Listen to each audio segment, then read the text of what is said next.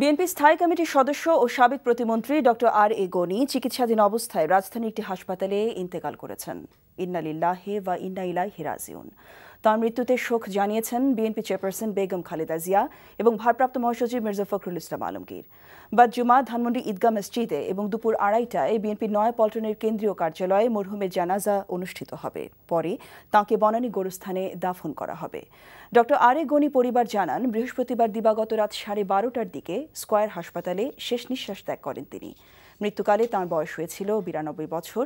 তিনি 3 মেয়ে এবং 1 ছেলে রেখে গেছেন।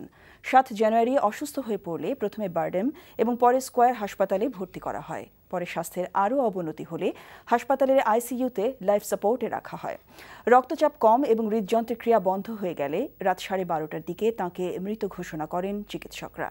বিএনপির প্রতিষ্ঠাতা জিয়াউর রহমান সরকারের বিজ্ঞান ও প্রযুক্তি প্রতিমন্ত্রী ছিলেন ডক্টর আর এ গনি। পরে দীর্ঘদিন দলটির নীতি নির্ধারণী ফোরাম স্থায়ী কমিটির সদস্যের দায়িত্ব পালন করেন বর্ষিয়ান এই নেতা।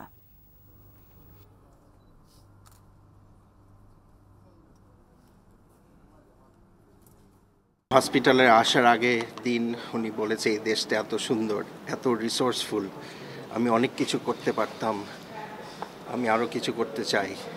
এটাই ছিল তার শেষ কোহেরেন্ট কথা।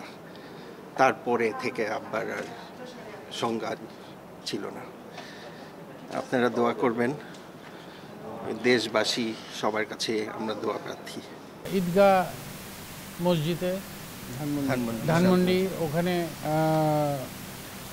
বাদ জুমা জানাজা হবে এবং বনানী কবরস্থান, যেখানে ওনার স্ত্রী হোসনে আরা গনি, ওনার কবরেই ওনার কবর হবে।